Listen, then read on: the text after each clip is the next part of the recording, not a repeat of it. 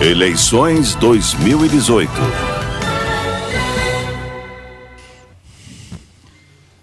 Uma boa tarde para você, amigo internauta, retornando com a transmissão simultânea entre a SP Rio Mais e o Jornal Vale nessa cobertura das eleições 2018. Agradecendo mais uma vez a sua audiência. E aqui na bancada agora permanece o José Guilherme Ferreira, que é o nosso diretor de jornalismo aqui da SP Rio Mais. E eu estou recebendo aqui o professor Agilberto Chagas, que é do Partido Novo, foi candidato a deputado federal aqui pelo Novo, na região de São José dos Campos. Muito boa tarde, professor. Obrigado pela presença. Eu que agradeço, é sempre um prazer estar por aqui. E o Leandro Blanchi Besseneri, que é cientista social pela Unicamp. Bem-vindo, Leandro. Obrigado pela presença também aqui conosco. Obrigado a vocês pelo convite. Eu acho interessante até a gente já começar justamente com a presença de um representante do Partido Novo para colocar um pouquinho esse cenário, né, Zé, de a entrada de um novo, né, nessas eleições. Eu queria, primeiramente, Agilberto, como é que você viu o cenário todo dessas eleições e a presença mesmo? Como é que você viu a repercussão do Partido Novo nessas eleições de 2018? Bom, em primeiro lugar, eu queria agradecer bastante a oportunidade de estar aqui. Eu comecei a minha campanha aqui, a pré-campanha aqui, e hoje estou encerrando aqui, já começando as apurações daqui a pouco também aqui. Então é sempre uma honra estar falando com vocês. O Partido Novo mostrou nessas eleições o que a gente está vendo aí agora, começando a ver nas bocas de urna, né? O sistema está em colapso e as pessoas estão sacando o que está acontecendo, né? Então, assim, existe de um lado uma classe política que se apropriou do Estado, do governo. Essa classe política se apropriou de forma indevida, com corrupção, com interesses, grupo de interesse. A máquina, quem está controlando a máquina tem uma vantagem enorme sobre aqueles que não estão controlando a máquina. Cargos de confiança, comissionados, é uma festa, né? Trabalham para as eleições dos que estão lá. Fundo partidário, fundo eleitoral, os impostos financiando essa farra, porque é uma roda, né? Os caras estão ali o tempo todo se retroalimentando com isso. E o Novo fez essa crítica lá atrás.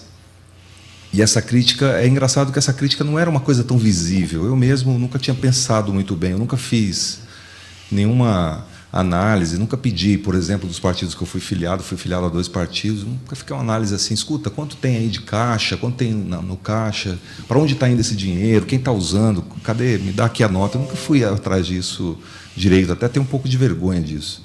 Depois que eu comecei a pensar nessa crítica que eu conheci lá atrás, eu vi que realmente é aí que começa a coisa, né? Então, o Novo está mostrando que é possível fazer campanha sem dinheiro público. É possível fazer campanha e política com ideias, debatendo ideias. Eu pego o exemplo do João Amoedo, que foi para a campanha conversar com as pessoas, discutir com as pessoas, de forma extremamente transparente, ética, mostrando que é possível diminuir o tamanho do Estado e voltar a focar em educação, saúde e segurança, que está um caos no Brasil.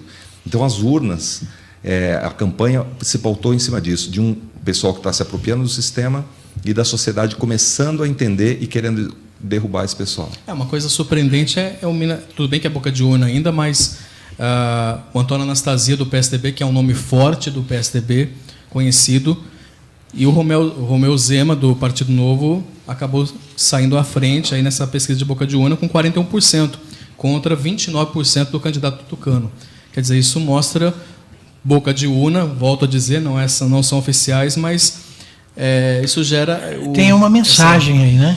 Tem uma mensagem aí, tem um recado claro, né?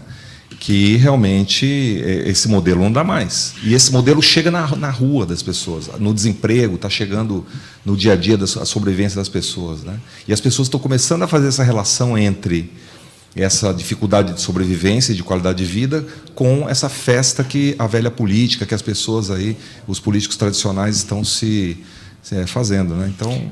E você, Leandro, o que você acompanhou da eleição? Como é que você vê, como cientista social, como que você vê o panorama dessas eleições?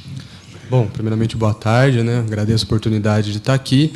E eu acho que é realmente uma eleição muito diferente das outras que a gente teve, né? Em primeiro lugar, por conta de ser uma eleição extremamente polarizada, ela está conseguindo ser mais polarizada que a eleição de 2014, né? E em segundo lugar, porque ela é uma eleição que ocorre sobre regras novas, né? Então, se a gente pensar, por exemplo, o tempo de campanha ele foi reduzido, a questão do financiamento de campanha foi reduzida, né? Agora a gente tem até mesmo aquela questão da mini-reforma eleitoral de 2015, onde em relação ao coeficiente eleitoral, então isso vai produzir também diferenças nas composições das bancadas, né? Então, eu acho que é uma eleição assim que está se desdobrando sobre uma perspectiva bastante diferente. Se a gente pensar em relação às mídias sociais, às redes sociais em 2014, ainda não era tão difundido quanto é hoje. Além disso, tem uma mudança no perfil que a gente tem que olhar populacional, no perfil econômico, nesse perfil de crise. E, além disso, uma questão que a gente tem ressaltado bastante nas pesquisas que a gente tem feito, com base nas pesquisas de intenção de voto, a questão da mudança no perfil religioso da população, e que parece que nessa eleição vai ter um impacto bastante forte, principalmente naquilo que foi dado foco, né, até ao meu ver excessivo, que é a questão dos candidatos à presidência, né, dos presidenciáveis. Então, por exemplo, a questão dos próprios deputados federais, deputados estaduais, foi muito deixado de lado isso, e focou-se muito na questão dos presidentes. Então, acho que essa eleição, essa polarização aí, a gente não sabe ainda ao certo, né, o que vai dar.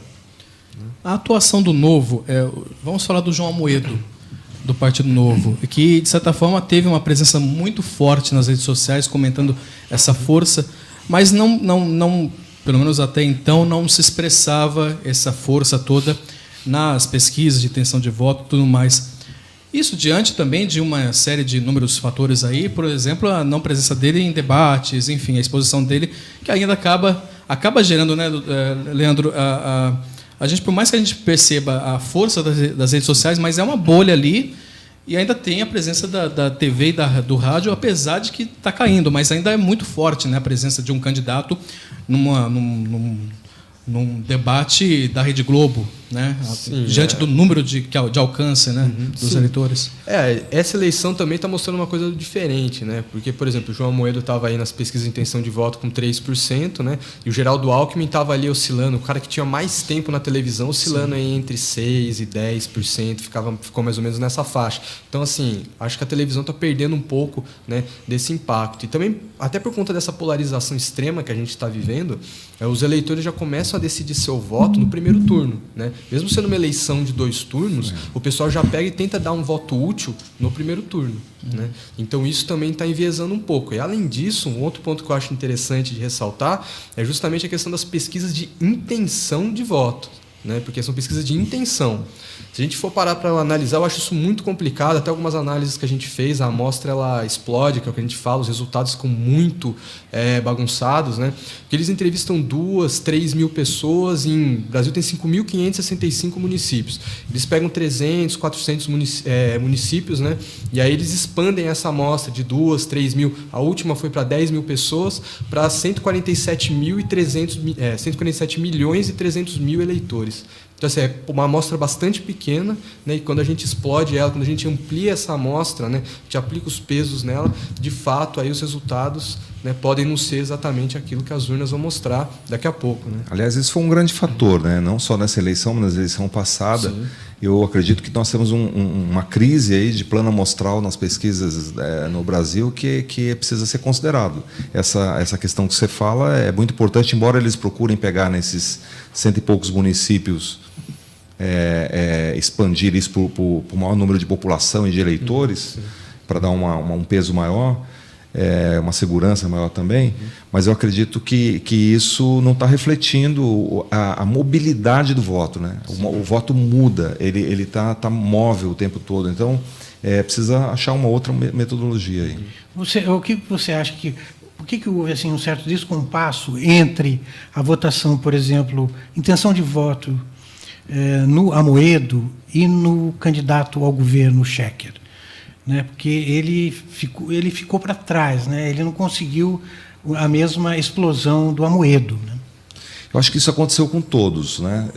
Não foi a mesma coisa com o Zema. O Zema está aí passando todo mundo e o Amoedo não acompanhou também lá em Minas. Então, essa questão que ele colocou no começo, que eu acho bem interessante, aliás, não foi ele, foi outra pessoa aqui que estava refletindo o seguinte: as pessoas estão olhando mais o perfil do candidato. da pessoa, da história, do conhecimento que ele tem. O Zema, por exemplo, em Minas Gerais, é muito conhecido, tem empresas lá de eletrodomésticos, né, lojas, né, mais de 400 lojas. Então, é muito tradicional a família, e a empresa dele é o nome dele. Né? Então, isso foi muito usado lá. Já o Amoedo é um outsider total, né? Um cara que veio do mercado financeiro, é um cara que não tem popularidade, tal. Ele construiu na campanha essa popularidade. Foi uma estratégia extremamente interessante, inteligente, usando pela primeira vez essa nova realidade que é aí a sociedade que eu chamo de sociedade 2.0, que é essa questão das redes sociais, do WhatsApp, de todas as mídias sociais em geral. A avaliação que vocês fazem é que o Novo cumpriu seu papel nessa eleição? Com certeza. O Novo, quando nós lançamos ano passado o primeiro edital para a seleção de candidatos, qual que era a nossa estratégia? Era fazer uma bancada. Por quê? Porque nós sabemos que é no Congresso que, como diz aqui no interior, é no Congresso que a juripoca pia, né? Então é lá que vai ter as negociações para toda a máquina funcionar. Então nós estamos saindo dessa eleição com uma bancada. A surpresa foi que nosso projeto original de 2030, a gente chegar no poder em 2030, é que nós acreditamos que com o primeiro balanço interno aí, é que a gente pode antecipar isso. A sociedade quer que antecipe, porque ninguém suporta mais esse modelo de fazer política antigo, esse modelo de fazer política que a gente está vendo aí. Né? Então, é isso que é positivo para o Novo. Queria uma palavrinha do Leandro sobre esse efeito Bolsonaro nessas eleições. A gente está percebendo aqui nas bocas de urnas que muitos candidatos ligados a Jair Bolsonaro, que às vezes não tinham nenhuma expressividade, não eram não conhecidos, como, por exemplo, o próprio Major Olímpio, do PSL, e que estão nas primeiras posições. Como é que você avalia essa influência de um candidato que também tem... Aliás, ele se colocava como um novo, mas ele já está há 2 décadas aí. 30 anos. Né? Então, ele não é tão novo assim, mas a ideia, ele passou uma ideia de novo, uma Sim. ideia de algo, de uma novidade, de mudança e tudo mais. E está puxando muita gente que até então não tinha muita expressividade. Mas como é que você analisa esse cenário todo? O Brasil está necessitando de um herói, de um salvador da pátria? E encontrou no Bolsonaro esse herói? Olha, eu acho que é complicado encontrar em alguém o salvador da pátria, até porque ele não existe, né? A gente tem que entender que o processo eleitoral é um processo, né? E eu acho que o grande problema em relação à candidatura do Jair Bolsonaro do PSL é que ele vendeu uma imagem que depois dificilmente ele vai conseguir cumprir aquilo que ele está propondo, né? Entregar, né? Entregar, exatamente. Pelo seguinte, não existe salvador da pátria. Se ele quiser seguir as regras do jogo democrático, vai ser muito difícil aplicar tudo aquilo que ele está falando. A gente tem 3 poderes, não existe só o poder executivo com ele como presidente. E, além disso, o meu maior temor é em relação justamente à decepção que as pessoas vão ficar quando perceberem que esse salvador não existe. Se a gente pensar em 2014, muita gente já achava que o Aécio Neves ia ser o salvador da pátria, que ele era o anti-PT. Não foi eleito e depois de 2 anos a gente viu exatamente o que aconteceu. Né? Então é uma questão realmente complicada. E eu acho que em relação, né, esse negócio dele puxar muita gente também é uma coisa natural. Né, dele puxar outro voto para sua legenda. Até porque ele tem uma grande expressão, né, uma grande expressividade aí nas redes sociais. Enfim, ele teve uma militância muito forte, então os candidatos atrelados a ele acabam sendo, né, tendo um maior destaque. Se a gente olhar, por exemplo, a eleição de 2014, São José nem sei se teve candidato do PSL. E esse ano teve vários candidatos do PSL, pessoas que estão se aproveitando dessa onda aí que ele veio, né, galgando aí, tentando aglutinar pessoas ao seu redor para, né, conseguir votos para esses candidatos. Mas, assim, é complicado, porque se a gente pensar, por exemplo, que são 513 cadeiras no parlamento, quantas, né, cadeiras que o partido dele vai conseguir, quanto que ele vai ter caso ele seja eleito, né? Até porque, como a gente conversou a questão das pesquisas, né, isso ainda é um pouco incerto. Então, como que ele vai conseguir entregar tudo isso seguindo as regras do jogo democrático? Então, assim, acho que prometeu-se muito, né? Falou-se muita coisa ali que está um pouco fora, se aproveitando inclusive da ignorância das pessoas em relação aos trâmites políticos, ao processo político, né, que é um processo, não é uma coisa que do dia para a noite acontece, né? Então eu acho que é uma coisa que tá aí, vamos ter que esperar até as 19 horas para começar a observar exatamente o impacto disso, né? Fazendo uma análise até um pouco mais fria, não querendo ser Bolsonaro ou Haddad, não é, a questão não é essa. Às vezes o internauta acaba xingando a gente, acaba sendo um pouquinho militante demais, mas não é essa a intenção não. Mas se a gente fizer uma análise fria aí, de certa forma, quando a gente até comentou isso aqui, o fato do Bolsonaro não ter ido, por exemplo, no último debate da Rede Globo, e por recomendações médicas, mas até então ele deu entrevista para outras emissoras e tudo mais, se ele poderia ou não estar na Rede Globo, isso aí é um detalhe que não sei se é verdadeiro, enfim, mas a gente confia na equipe médica do Bolsonaro. Mas acabou sendo benéfico para ele, porque ele seria o alvo ali muito forte ali, né? Ele já é sem estar ali presente. Mas a questão é, a gente comentou do voto útil, né? Daquele voto. Muitos, a gente sentiu isso nas ruas. Muita gente está descontente com a política e o voto de manifesto é para o Bolsonaro, ou para não o Haddad não entrar, é um voto anti-PT, ou vota no PT, enfim. Isso é complicado demais para você até os analistas simularem o que projetar alguma coisa, né? O Ciro, por exemplo, entrando ali, houve uma onda de Ciro também nesses últimos dias aí, que de repente poderia ser o terceiro voto ali.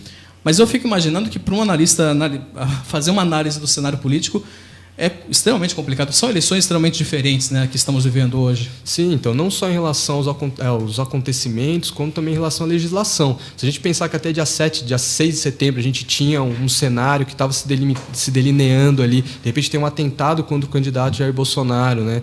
E aí depois ele fica fora dos debates, e querendo ou não, ele ficar fora dos debates foi positivo, porque ali ele ia ser a vitrine, né? Ele ia deixar de ser a pedra, né? Então agora vamos ver como é que vai ser o comportamento da campanha dele no segundo turno, né? Porque ele vai ter que participar dos debates, assim, claro, é uma opção dele não ir aos debates, mas se ele for aos debates, ele vai ser o alvo, né? E aí ele vai ter que debater em campo aberto ali junto com o Fernando Haddad, né? Então vamos ter que ver aí qual vai ser o cenário, né? Bom, a gente vai fazer uma pausa aqui para a nossa transmissão. Eu já quero agradecer, Leandro, pela sua presença. Aliás, fique à vontade de permanecer aqui nos estúdios. Se quiser voltar na bancada, sempre é muito bem-vindo. É muito bom a gente ter alguém que possa comentar e estar junto com a gente, esclarecendo algumas dúvidas. Muito obrigado pela vinda, viu, Leandro? Eu que agradeço. Obrigado. Mesma coisa, professor. Obrigado pela presença aqui. A gente pode voltar aqui novamente, mas está aberto aqui. Muito obrigado pela presença aqui com a gente. Eu que agradeço. A expectativa está ansioso para os resultados já saírem já. Não, na verdade eu tô com a paz dos justos, como eu brinco, né? Eu fiz uma boa campanha e agora eu só preciso almoçar. Obrigado. Valeu. Bom, nós vamos para um rápido intervalo, mas é um intervalo que a gente para a transmissão, tá? Só para você entender, para você internauta entender, mas a gente para, mas retorna, né, daqui a pouco. Então, dentro de 10 minutos, nós retornamos com essa cobertura especial que nós estamos fazendo da SP Rio Mais em parceria com o Jornal Vale. Por isso, permaneça na audiência. Eleições 2018.